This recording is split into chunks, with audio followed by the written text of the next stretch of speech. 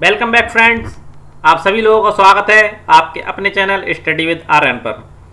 जैसा कि आप सभी लोगों को पता है, हम यहाँ पर एनसीईआरटी हिस्ट्री क्लास 7th के एमसीक्यूज़ करवा रहे थे, जिसमें हमने चैप्टर फर्स्ट के एमसीक्यूज़ कंप्लीट करवा दिए थे। और नेट बंद रहने की वजह से हमारी वीडियो थोड़ा लेट आई है। आज हम एनसीईआरटी हिस्ट्री क्लास 7th के चैप्टर सेकंड यानी कि अध्याय दूसरे के एमसीक्यूज़ करवा रहे हैं। उसके साथ ही इंपॉर्टेंट क्वेश्चंस हैं। उस सेकंड चैप्टर का नाम या अध्याय का नाम आपका है नए राजा और उनके राज्य।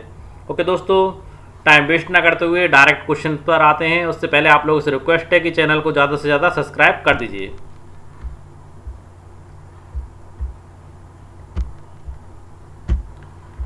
यदि कि दोस्तों सबसे पहला क्वेश्चन, निम्न में से किस वंश का उदय 7वीं शताब्दी से पहले ही हो गया था? गुर्जर प्रतिहार, राष्ट्रकूट पाल, चोल चौहान, मौर्य और गुप्त।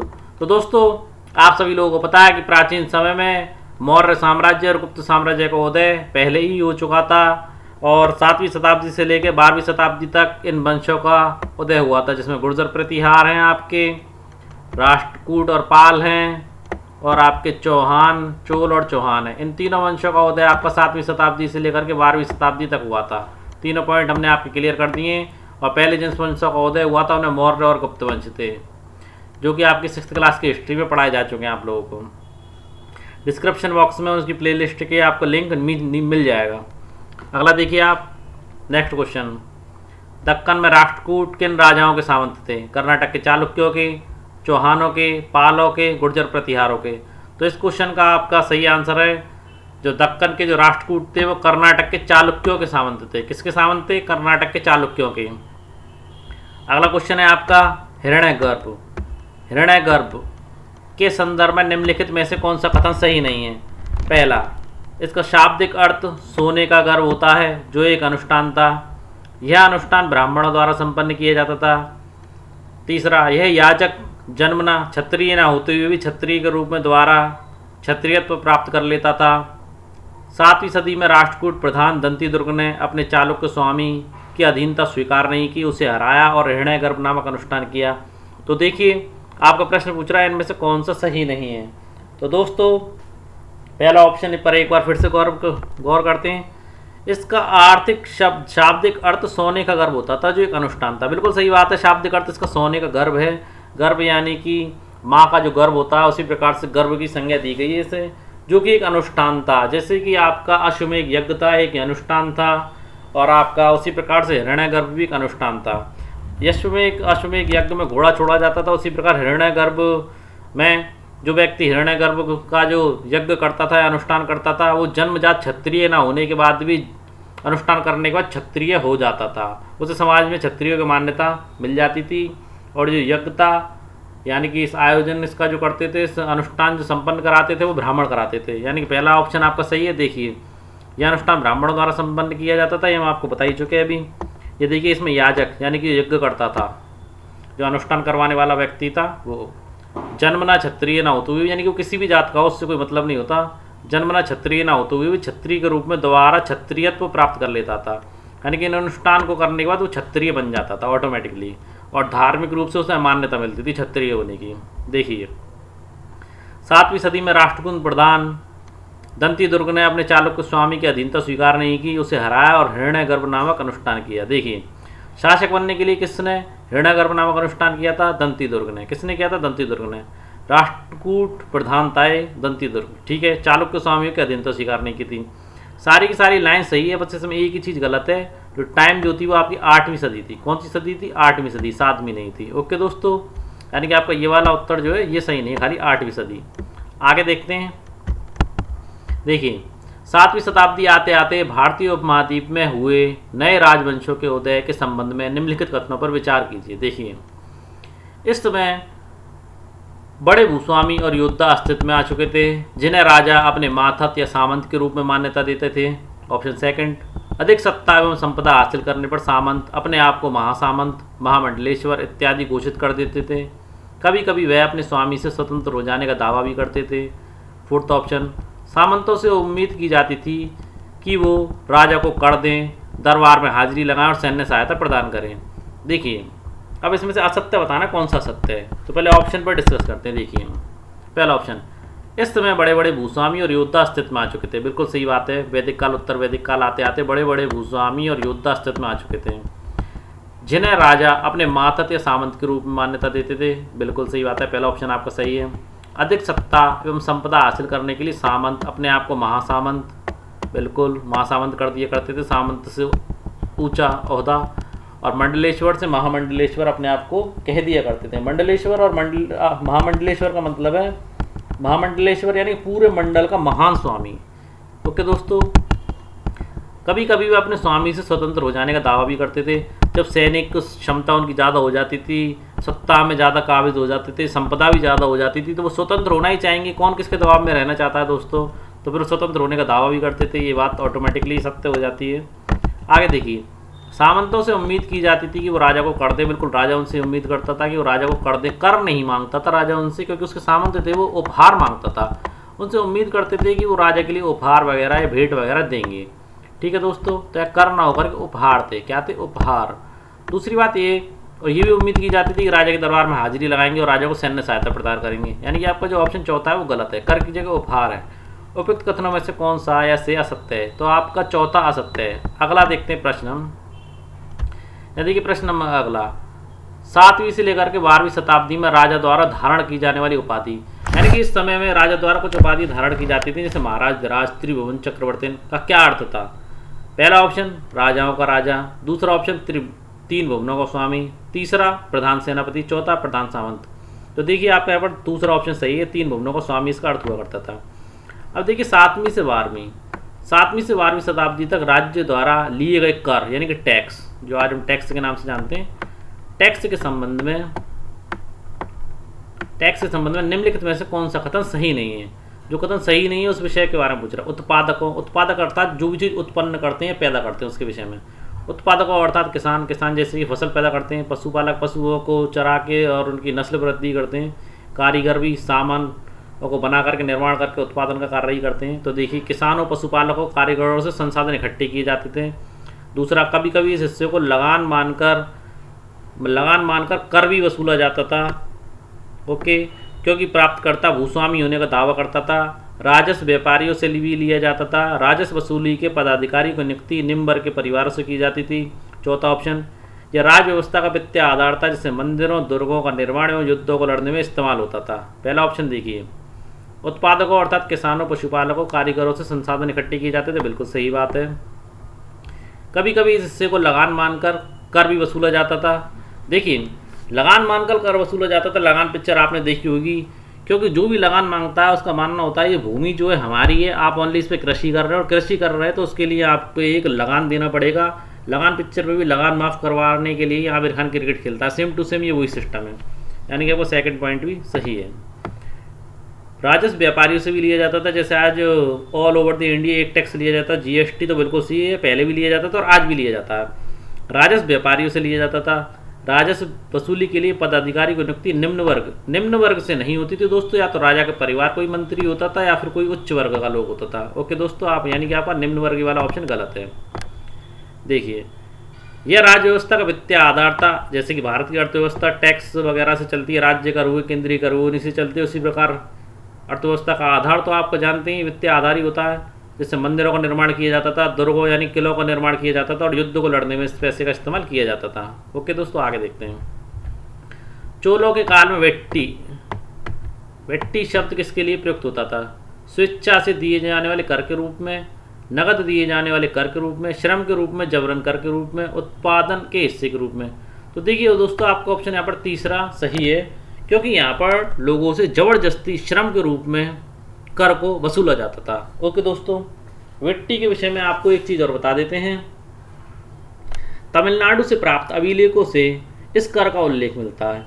अगर कोई पूछे कि इस वेट्टी शब्द का जो उल्लेख कहाँ से मिलता है, तो तमिलनाडु से अभिलेख जो प्राप्त हुए वहाँ से इस कर का उल्लेख मिलता है। देखिए इस अभिलेख के अनुसार विभिन्न किस्म के करों के लिए 400 से ज़्यादा शब्द उस अभिलेख में इस्तेमाल किए गए, यानी कि आप अंदाजा लगा सकते हैं कि चोल काल में भी करीबन 400 से ज़्यादा शब्द हैं, तो इतने टैक्स यानी कि कर वसूले जाते थे। ओके दोस्तों, जैसे कि देखिए कुछ टैक्स के प्रकार भी दे रखे हैं उस अभिलेख में।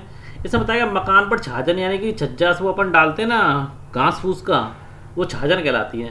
मकान पर छाजन डालने वाला भी कर लिया जाता था। और खजूर तोड़ने के लिए सीढ़ी लगाई जाती थी ना, कि खजूर का पेड़ लंबा होता तो सीढ़ी का टैक्स भी लिया जाता था। और अपने मकान के उत्तराधिकारी के लिए भी टैक्स लिया जाता था, यानी कर लिया जाता था। ओके दोस्तों, आगे देखते हैं।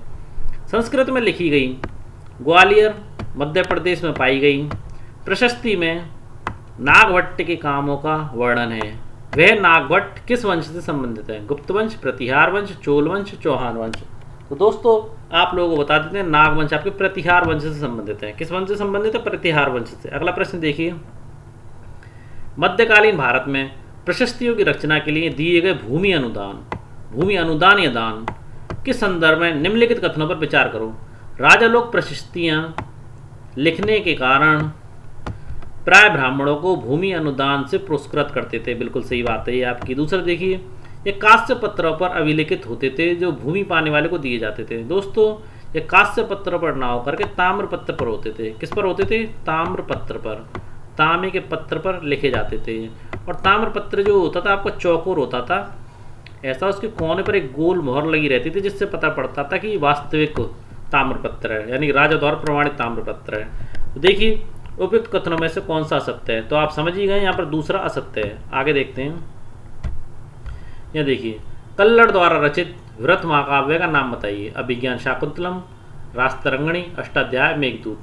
देखिए अभिज्ञान शाकुंतलम और राजदूत आपका कालिदास जी ने लिखा है, अष्टाध्याय पाणिनि जी ने लिखा है, राजतरंगिणी आपका कल्लड़ द्वारा लिखा गया है। किसने लिखा? कल्लड़ ने। अब देखिए, त्रिपक्षीय संघर्ष किन किन राजाओं के मध्य लड़ा गया? गुर्जर, प्रतिहार, राष्ट्रकूट और पाल, मौर्य, गुप्तवंश और कुषाण वंश, लोधी, मुगल और मराठा वंश, जाट, राजपूत और सिख। तो देखिए दोस्तों, जो त्रिपक्षीय संघर्ष है वो आपको गुर्जर, प्रतिहार, राष्ट्रकूट और पाल के मध्य लड़ा गया था। आगे देखिए, किताब अल हिंद की रचना किसने की थी? कल्लड़ ने की थी, हरिसेन ने की थी, पाणिनि ने की थी, अलवरूनी ने की थी। तो दोस्तों आपको बता देते हैं, इसकी जो रचना की थी अलवरूनी ने की थी। क्योंकि देखिए इलाहाबाद प्रशस्ति जो है, जो प्रयाग से मिली है, उस प्रशस्ति में हरिसेन द्वारा रचना की गई थी। और कल्लड़ की तो आपकी राजतरंगिणी है ही नहीं, और पाणिनि ने अष्टाध्याय की रचना की थी। किताबुल हिंद की रचना अलवरूनी ने की थी। अब देखिए, इन तीनों प्रश्नों पर हम प्रकाश डालेंगे व्याख्या के जरिए अगले पेज पर। आप अच्छे समझ लेना उनको। पहले देखिए, कल्लड़ द्वारा जो महाकाव्य लिखा गया था, वृत महाकाव्य, राजतरंगिणी, इस पर प्रकाश डालते हैं। फिर त्रिपक्षीय संघर्ष पर, फिर किताबुल हिंद पर। पहला पॉइंट देखिए, राजतरंगिणी में कश्मीर पर शासन करने वाले राजाओं का इतिहास दर्ज है। किसका इतिहास दर्ज है? कश्मीर पर शासन करने वाले राजाओं का। कल्लड़ ने अपने वृत्तांत, यानी कि उसने यात्रा वृत्तांत लिखा था। कल्लड़ ने अपने वृत्तांत लिखने के लिए शिलालेखों, दस्तावेजों, प्रत्यक्षदर्शियों जिन्होंने अपनी आंखों से देखा हो के वर्णनों और पहले के इतिहास समेत अनेक तरह के स्रोतों का इस्तेमाल किया था अपना यात्रा वृत्तांत लिखने के लिए। प्रशस्तियों के लेखकों से भिन्न वे अक्सर, पहले क्या होता था, प्रशस्तियों के जो लेखक होते थे वो राजाओं की प्रशंसा करते थे, तारीफ करते थे। परंतु जो राजतरंगिणी है ना, ये विपरीत अवस्था में लिखा गया है। क्योंकि इन्होंने क्या करा है, शासकों और उनकी नीतियों के बारे में आलोचनात्मक रुख दिखाया है। क्या करा है? शासकों और उनकी नीतियों के बारे में आलोचनात्मक रुख दिखाया, यानी कि आलोचनाएं की है। इसलिए जो कल्लड़ द्वारा जो रचित राजतरंगिणी 12वीं सदी में एक असाधारण ग्रंथ माना गया। कौन सा ग्रंथ माना गया? 12वीं सदी का असाधारण ग्रंथ। आगे देखिए, अब देखिए त्रिपक्षीय संघर्ष हुआ था, उसके विषय में बता रही है दूसरी व्याख्या।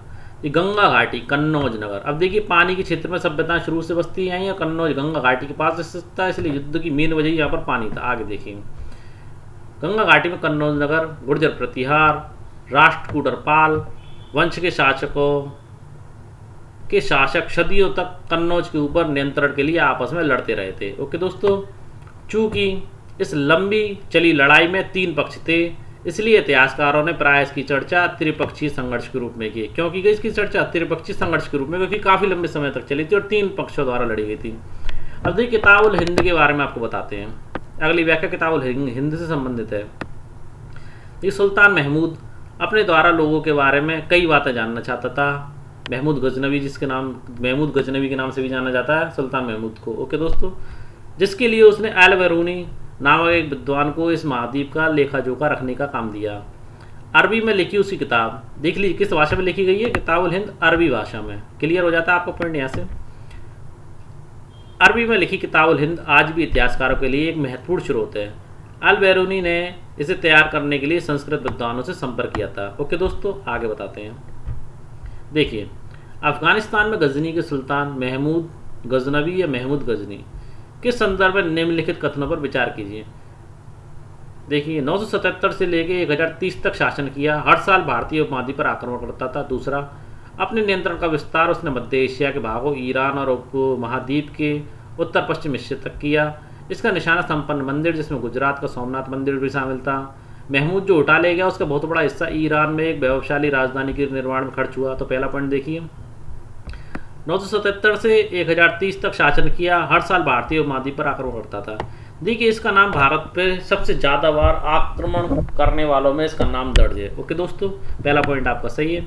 देखिए अपने नियंत्रण का विस्तार, यानी कि अपने नियंत्रण क्षेत्र का विस्तार, जहाँ पे शासन कर सके, उसका विस्तार उसने मध्य एशिया के भागों में भी किया था, जिसमें ईरान पे भी कब्जा कर लिया था, और भारतीय उपमहाद्वीप के उत्तर पश्चिम हिस्से तक भी कर दिया था इसने। ओके दोस्तों, यानी कि आपका पॉइंट ये भी सही है। इसका निशाना संपन्न मंदिर थे, बिल्कुल सही बात है, जिसमें गुजरात का सोमनाथ मंदिर भी शामिल है। गुजरात के सोमनाथ मंदिर को लूट करके लेकर के गया था दोस्तों। अब देखिए महमूद जो उठा ले गया, उसका बहुत बड़ा हिस्सा ईरान में वैभवशाली राजधानी के निर्माण में खर्च हुआ। ये चीज़ गलत है, ईरान पर खर्च नहीं किया उसने गजनी में एक वैभवशाली राजधानी बनाई, उसके लिए इस सारे पैसे को उसने खर्च किया था। यानी वो चौथा पॉइंट गलत है, यहाँ पर गजनी है, गजनी जिसे गज्जन के नाम से भी जाना जाता है। ओके दोस्तों, उपयुक्त कथनों में से कौन सा कथन असत्य है। तो आपका चौथा कथन असत्य है। आगे देखते हैं, यहाँ देखिए मध्यकाल में चौहानों का सबसे प्रसिद्ध शासक कौन था। वासुदेव चौहान, बिल्कुल नहीं। वासुदेव चौहान को तो आपका आदि पुरुष कहा जाता है चौहानों का। हमीरदेव चौहान रणथंभौर के लिए प्रसिद्ध थे। वहाँ पर इनकी जो कहा जाता है कि हमीर हट और तिरिया तिल चढ़े न दूजी वार, ये अपनी हट के लिए प्रसिद्ध थे। और देखिए पृथ्वीराज चौहान वास्तविक इस वंश के महान शासक थे, जिन्होंने मोहम्मद गौरी और इनके मध्य में तराइन का युद्ध लड़ा गया था 2 बार। ठीक है दोस्तों, आपका तीसरा ऑप्शन यहाँ पर सही है। आगे देखते हैं, चोल वंशों के सत्ता में आने के कारण या चोल वंश सत्ता में कैसे आया पर विचार करते हुए बताएं कि निम्नलिखित में से कौन सा कारण सही नहीं था। आगे देखते हैं, देखिए पहला कारण, कावेरी डेल्टा में मुट्रियार नाम से प्रसिद्ध एक छोटे से मुखिया परिवार की सत्ता थी। बिल्कुल सही बात है, मुट्रियार नाम की छोटे से परिवार की सत्ता थी। देखिए और उसे किसने पराजित किया, डायरेक्ट वही बता देते हैं आपको।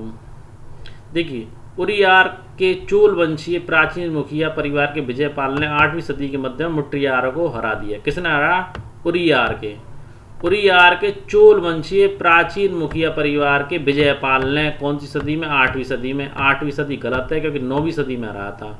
9वीं सदी में किसे हरा दिया, मुटियारों को। मुटियार कौन थे, मुटियार वही थे जिनकी जहाँ पर एक मुखिया परिवार इन्हीं की सत्ता थी। यानी आपका पहला पॉइंट सही है। दूसरा पॉइंट आपका यहाँ तक तो सही है, हराने वाले विजयपाल थे, मगर सन गलत है आपकी, यानी कि ऑप्शन ही गलत हो गया आपका। देखिए चोल प्रारंभ में कांजीपुरम के पल्लव राजाओं के मातहत थे, बिल्कुल उनकी सामंत थे।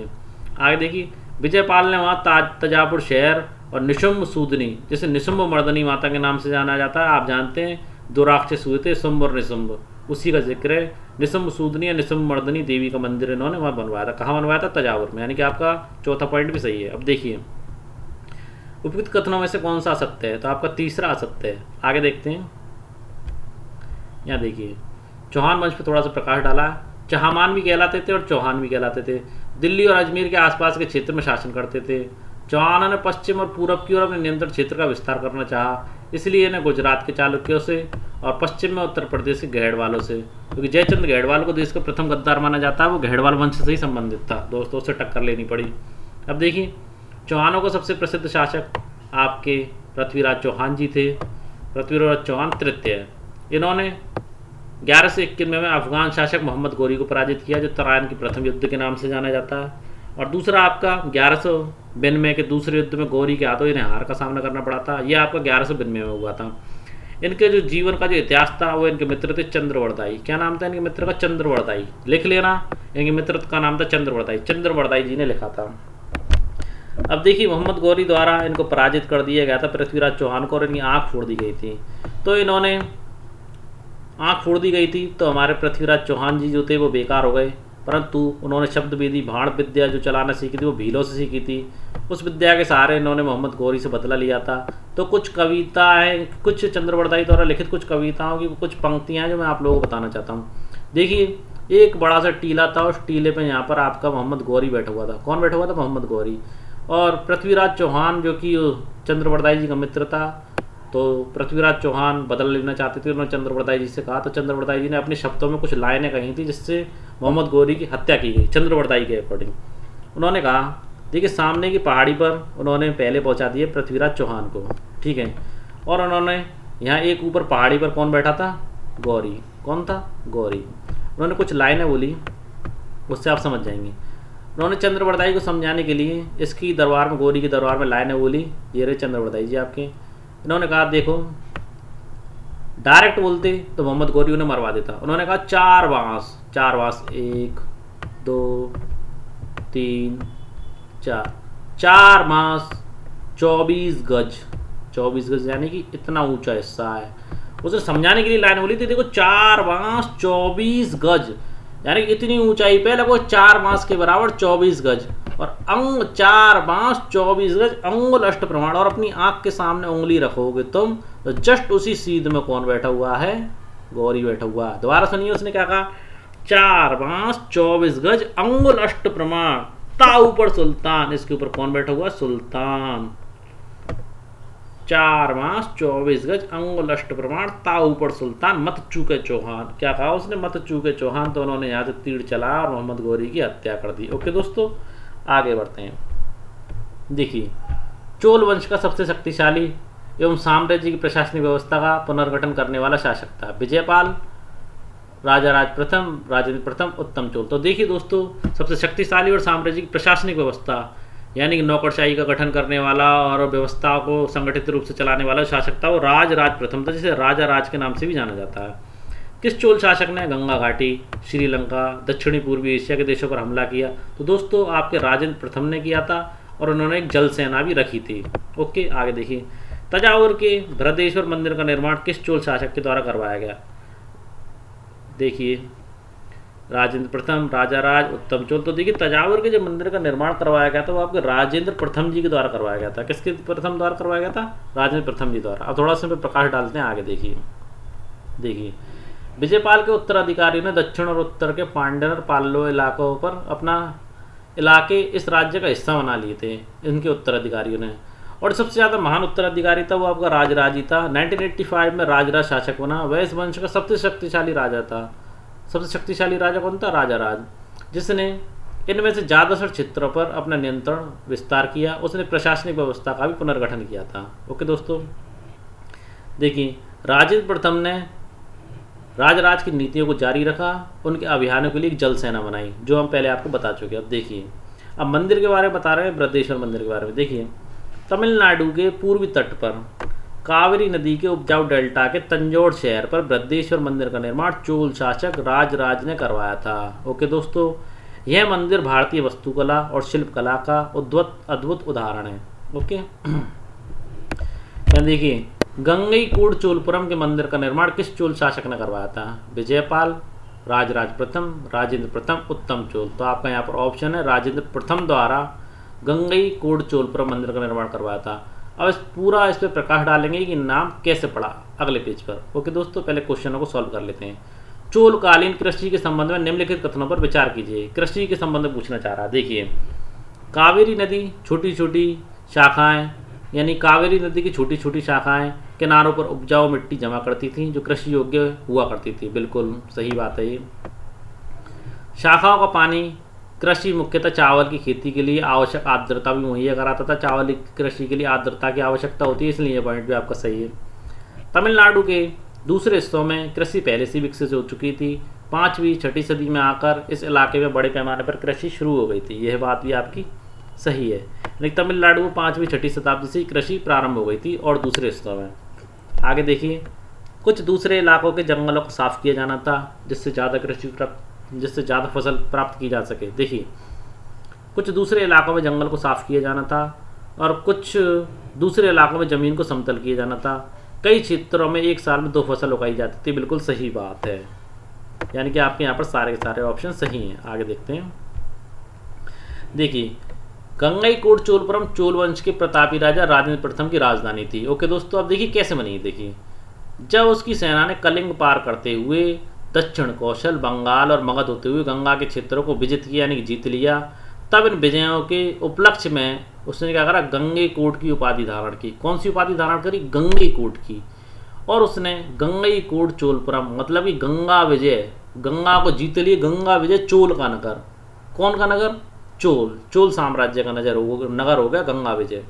देखिए समझिए, ये तो हो गई आपको गंगा विजय वाला क्षेत्र है। गंगा विजय किसका नगर हो गया साहब? चोल का। और उपाधि धारण क्या कर ली इसने? गंगईकोट। तो साहब पूरा नाम क्या होगा? गंगईकोट, गंगईकोट चोलपुरम, गंगईकोट चोलपुरम। ठीक है दोस्तों, यानी कि गंगा विजय का जो क्षेत्र है वो चोलों का हुआ। आगे देखते हैं। देखिए, निम्नलिखित काल में, चोल काल में की जाने वाली सिंचाई के लिए जलीय व्यवस्था के संदर्भ में निम्नलिखित कथनों पर विचार कीजिए। चोल काल का प्रमुख कार्य डेल्टा क्षेत्र में बाढ़ को रोकने के लिए तटबंध बनाए गए। बिल्कुल सही बात है, तटबंध ऐसे हुआ करते थे जिसका चित्र हम आपको लास्ट में दिखाएंगे। देखिए, और पानी को खेतों तक पहुंचाने के लिए नहरों का निर्माण हुआ। सही बात है। कई जगह फसलों की सिंचाई कृत्रिम रूप से करना जरूरी था। कृत्रिम रूप से करने के लिए वह कुएं खोदे गए, बरसात के पानी को इकट्ठा किया गया, तालाब बनाए गए, सरोवर बनाए गए। यानी कि आपके यहाँ पर चोल काल के समय में जो सिंचाई व्यवस्था आती है उसके सारे बिंदु सही हैं। ओके, आगे देखते हैं। ये देखिए, चोल काल के संबंध में दिए गए कथनों में से कौन सा कथन सत्य है? चोल काल में किसानों की बस्तियों को और कहा जाता था। सही बात है। जो सिंचित खेती के साथ बहुत समृद्ध हो गई थी। बिल्कुल सही बात है। देखिए, गांवों के समूह को नाडू कहते थे। ग्राम परिषद और नाडू न्याय करने व कर वसूलने जैसे कार्य नहीं करते थे। तो दोस्तों आपको बताते, गांव के समूह को नाडू कहते थे और किसानों की बस्तियों को और कहते थे। किसानों की बस्तियाँ क्या कहलाते थे? और गाँव के समूह नाडू कहते थे। पर दोस्तों ग्राम परिषद और नाडू जो होते थे ना, वो कर वसूलने और न्याय करने का ही काम किया करते थे। यहाँ पर जो नई शब्द है ना वो गलत है। ओके दोस्तों, जल्दी के लिए हमने यहाँ पर पहले ही ऑप्शन लगा दिए हैं। आगे देखते हैं। चोलकालीन प्रशासन व्यवस्था के संदर्भ में निम्नलिखित कथनों पर विचार कीजिए। देखिए, व्यापारी के संघों को चोल काल में अरियार कहते थे। दोस्तों ये चीज़ गलत है। व्यापारियों के समूह को चोल काल में अरियर नहीं नगरम कहते थे। और जो नगरम जो होते थे वो शहर के अंदर की प्रशासनिक व्यवस्था संभालते थे। ओके दोस्तों, देखिए, चोल काल के स्थानीय सुशासन की जानकारी उत्तर मेरू अभिलेख से प्राप्त होती है। बिल्कुल सही बात है। तो आपका यहाँ पर एक कथन सही है, दूसरा गलत है। देखिए, अरियार क्या होता था? अरियार प्रधान होता था। आगे बताएंगे इसके विषय में। अरियार प्रधान होता था उस समय का। आगे देखिए, चोल प्रशासन में वेल्लोल कौन थे? गाँव के समूह। तो और पता चल गया आपको, गाँव के समूह कौन हुए? और बस्तियों को क्या कहते थे? बस्तियों को नाडू कहते थे। क्या कहते थे? नाडू। अब बचा क्या दोस्तों आपका? वेल्लाल। वेल्लाल किसे कहते थे? वेल्लाल वो लोग होते थे जो, देखिए, चोल सरकार की देखरेख में नाडू के कामकाज में अच्छा खासा नियंत्रण हासिल था। किस में? काम में, मतलब नाडू और जो ग्रामीण जो चीज़ें होती थी उस पर न्याय करने के लिए और कर वसूलने के लिए उन लोगों पर अच्छा खासा नियंत्रण हासिल किसको होता था? वेल्लाल को। ओके दोस्तों, आगे देखिए, ये लोग प्रधान थे ना, महत्वपूर्ण राज के पद सौंपे गए। प्रधान नहीं थे दोस्तों ये लोग। ये आपका पॉइंट गलत है। ओनली आपका एक पॉइंट ही है, तीसरा पॉइंट सही है, बाकी सारे पॉइंट आपके गलत है वेल्लाल कौन थे के संबंध में। ओके दोस्तों, अब देखिए प्रधान कौन थे फिर? प्रधान आपके अरियार लोग थे जो मैंने अभी थोड़ी देर पहले बताया। और अरियारों को महत्वपूर्ण पद दिए गए थे। देखिए, चोल काल में 3 राजाओं को अपनी सेवा प्रदान करने वाला, जो 3 राजाओं को अपनी सेवा प्रदान कर देता था, वो क्या बचा आपको? मविंदार। कौन बचा? मविंदार होता था। ओके दोस्तों, आगे देखते हैं। यहाँ देखिए, मैंने चार्ट बना दिया है। चोल अभिलेख में भूमि की विभिन्न कोटियों का उल्लेख मिलता है। निम्नलिखित को सुमेलित कीजिए। देखिए, एक शब्द है वेल्लन बगाई। वेल्लन बगाई वो लोग होते थे, गैर ब्राह्मण किसान स्वामी होते थे। क्या होते थे? जिनके पास भूमि काफ़ी होती थी मगर ब्राह्मण जाति के लोग नहीं होते थे। ओके दोस्तों, और देखो ब्राह्मण क्या होते थे? ब्राह्मण तो आपके ब्राह्मणों को जो उपहार में दी गई भूमि होती थी वो कहलाता था। शाला भोग, यानी कि शब्द से ही समझ में आ रहा, पाठशाला यानी कि विद्यालय के लिए या विद्यालय के रखरखाव के लिए दी गई जो भूमि होती थी वो शाला भोग कहलाती थी। अब देखिए, देवदान या तिरन मटकनी। देवदान का मतलब आप जानते ही हैं, यानी कि देवताओं को उपहार में दी गई भूमि। दूसरा शब्द उसका क्या था? तिरन मटकनी। और देखिए, पल्ली चदम। पल्ली चदम आपके कौन होते थे? जैन संस्थान को दी गई भूमि। तो इस प्रकार आपका यहाँ पर बी ऑप्शन बिल्कुल सही है। आगे देखिए, यहाँ देखिए दोस्तों, इच्छुक, देखिए, उत्तर मेरू अभिलेख में बताए गए सभा की सदस्यता के नियमों से निम्नलिखित कथनों में से कौन सा कथन सही नहीं है? देखिए, इच्छुक लोगों को ऐसे भूमि का स्वामी होना आवश्यक है जहाँ से भू राजस्व वसूला जाता हो। यानी कि आपका ये वाला पॉइंट बिल्कुल सही है। जो व्यक्ति इच्छुक होता था, यानी कि चुनाव पद्धति के अकॉर्डिंग चुना जाता था सभा का सदस्य, उसे भू राजस्व वसूला जाता हो, ऐसी भूमि का स्वामी होना आवश्यक था। ये पहली शर्त थी। और देखिए, जिसका अपना घर हो और उम्र 25 से 60 के बीच हो एवं वेदों का ज्ञान हो। देखिए वेदों का ज्ञान आवश्यक मांगते थे और अपना घर हो, ये भी शर्त थी। मगर जो उम्र मानी जाती थी वो 35 से 70 मानी जाती थी। क्या मानी जाती थी? 35 से 70, यानी कि आपकी 25 से और 60 ये उम्र गलत है, तो आपका ये वाला ऑप्शन गलत हो गया। देखिए प्रशासनिक मामलों की अच्छी जानकारी के साथ ईमानदार होना आवश्यक था, ये पॉइंट आपका सही है। देखिए पिछले 3 साल से किसी समिति का सदस्य रहा व्यक्ति ऐसा चुनाव नहीं लड़ सकता था। जिसने अपने संबंधियों के खाते जमा नहीं करवाए वो चुनाव नहीं लड़ सकता था। ओके दोस्तों, ये चीज़ सही है। यानी कुल मिलाकर के आपका यहाँ पर दूसरा ऑप्शन गलत है। आगे देखते हैं। देखिए एलोरा की गुफा नंबर 15 में कौन सा भित्ति चित्र बना है? तो एलोरा की गुफा नंबर 16 में दोस्तों आपको भगवान विष्णु के नरसिंह अवतार का चित्र बना हुआ, जो हमने आगे लगाया हुआ है। उससे पहले आप लोगों को एक चीज़ और बता देते हैं। गुफा नंबर 16 में एलोरा की में मरणासन राजकुमारी का चित्र बना हुआ है। राजकुमारी लेटी हुई है, उसके जस्ट बगल में एक हिरण को निकलते हुए दिखाया गया है। उस चित्र को देख करके ऐसा लगता है जैसे राजकुमारी के मन में से आत्मा या प्राण निकल रहे हों। काफ़ी बेहतरीन चित्र बनाए गए हैं एलोरा में सारी गुफाओं के अंतर्गत। और देखिए गुफा नंबर 17 माता और शिशु नाम का एक चित्र है, जो सर्वोत्कृष्ट चित्र माना जाता है। अब देखिए चोल काल में जो पानी को रोकने के लिए व्यवस्था बनाई गई थी, उसका चित्र हमने यहाँ पर दिया गया। ऐसे ये बांधनुमा चीज़ बनाई जाती थी, जैसे पानी को रोका जाता था, पानी को रोकने के लिए बनाया जाता था, फिर खोले से खोल देते थे तो पानी बह जाता था। देखिए कब बनाया गया है? 9वीं शताब्दी तमिलनाडु को एक जल द्वार है। हौज से नदी की शाखा में पानी के प्रवाह को उसके जरिए नियंत्रित किया जाता था। इस पानी से खेत सींचे जाते थे। जल द्वार पारंपरिक रूप से लकड़ी का या धातु का बना होता था। किसका बना होता था? लकड़ी का या धातु का। आज भी धातु का बना होता है। ओके दोस्तों, आगे देखिए। ये देखिए दोस्तों, ये जो मंदिर दिखाया है मैंने आपको, ये गंगईकोंड चोलपुरम मंदिर है। इस मंदिर का निर्माण आप लोग जानते ही, गंगईकोंड चोलपुरम मंदिर का निर्माण आपका राजेंद्र जी द्वारा किया गया था, राजा राजेंद्र जी द्वारा। ओके, और देखिए ऊपर से पतला होता हुआ चला आया है नीचे। और देखिए इसमें लिखा हुआ है छत जिस तरह से क्रम से पतली होती गई उस पर गौर करें। बाहरी दीवार को सजाने के लिए पत्थर की जो प्रतिमा अलंकृत की गई हैं उन्हें भी देखें। अब देखिए एलोरा की गुफा नंबर 15 का चित्र है। ये देखिए नरसिंह भगवान का चित्र है, जो आपको दिख रहा होगा। ये देखिए ये इनके बाल हैं और ये इनके हाथ हैं और ये इनका ये जो हिस्सा है ये इनका ये मुख है। आप ढंग से देखने की कोशिश करेंगे तो। और ये किस समय की कृति है? ये राष्ट्रकूट काल की कृति है। कौन से समय की है? राष्ट्रकूट काल की। आगे देखिए कुछ और चीज़ें लगाई हुई हैं मैंने। यहाँ देखिए सबसे इम्पोर्टेंट प्रश्न ये है कि चोल काल की जो प्रतिमा है कांस्य की संसार की सबसे उत्कृष्ट प्रतिमा है। महत्वपूर्ण स्टार लगाया मैंने, ढंग से देख लीजिए आप। चोल कांस्य प्रतिमा संसार की उत्कृष्ट कांस्य प्रतिमाओं में गिनी जाती है। इस प्रतिमा को देख के आप अंदाजा भी लगा सकते हैं। ओके दोस्तों, आगे देखते हैं। यहाँ देखिए उस समय 7वीं से लेकर के 12वीं शताब्दी चीन में तांग वंश हुआ करता था। और देखिए तांग वंश में सबसे पहले परीक्षा के माध्यम से नौकरशाहों की चुनना प्रारंभ हुआ था, जो 1911 तक चलता रहा। 1911 में इसमें चेंजेस किए गए। ये चीज़ दे रखी है देखिए। चीन में तांग राजवंश के तहत एक साम्राज्य स्थापित हुआ, जो लगभग 300 वर्षों तक यानी 7वीं से 10वीं सदी तक सत्ता में रहा, जिसकी राजधानी शियान दुनिया के सबसे बड़े नगरों में से एक थी, जहाँ तुर्की, ईरान, भारतीय, जापानी और कोरियाई आया जाया करते थे। तांग साम्राज्य परीक्षा के माध्यम से नियुक्ति की गई नौकरशाही द्वारा प्रशासित होता था। इम्पोर्टेंट चीज़ है, सबसे पहले नौकरशाही के लिए नियुक्ति के लिए परीक्षा कहाँ से प्रारंभ हुई? चीन से प्रारंभ हुई थी। कौन सी शताब्दी से? 7वीं शताब्दी से।